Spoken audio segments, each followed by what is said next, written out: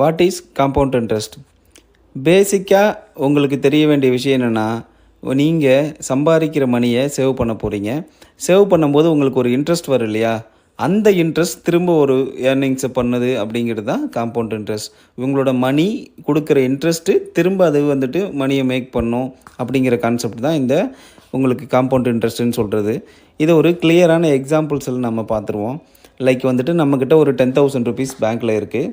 அதுக்கு வந்துட்டு இயர்லி 10% வந்துட்டு இன்ட்ரெஸ்ட் கொடுக்குறாங்க அப்படின்னா 1 இயர் முடியும் போது நம்மக்கிட்ட 10,000 ருபீஸ் நம்மளோட மணி ப்ளஸ் வந்துட்டு 1,000 ருபீஸ் இன்ட்ரெஸ்ட் வந்திருக்கும். மொத்தமாக நம்மக்கிட்ட 11,000 இருக்கும். அதுவே செகண்ட் இயர் பார்த்திங்க அப்படின்னா நம்மளோட மணி வந்துட்டு 10,000 ஆல்ரெடி நம்மக்கிட்ட இருக்குது. நம்ம போட்ட அமௌண்ட்டு ப்ளஸ் வந்துட்டு அந்த செகண்ட் இயருக்கான வட்டி வந்து ஒரு 1,000 கொடுப்பாங்க.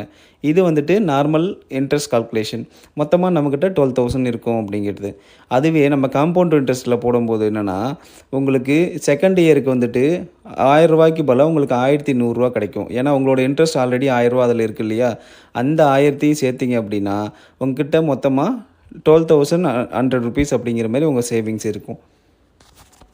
இந்த மாதிரி நம்ம லாங் டைமுக்கு இந்த காம்பவுண்ட் இன்ட்ரெஸ்ட்டை ஃபாலோ பண்ணும்போது நம்மளோட க்ரோத்துங்கிறது ரொம்பவே பெருசாக இருக்கும்.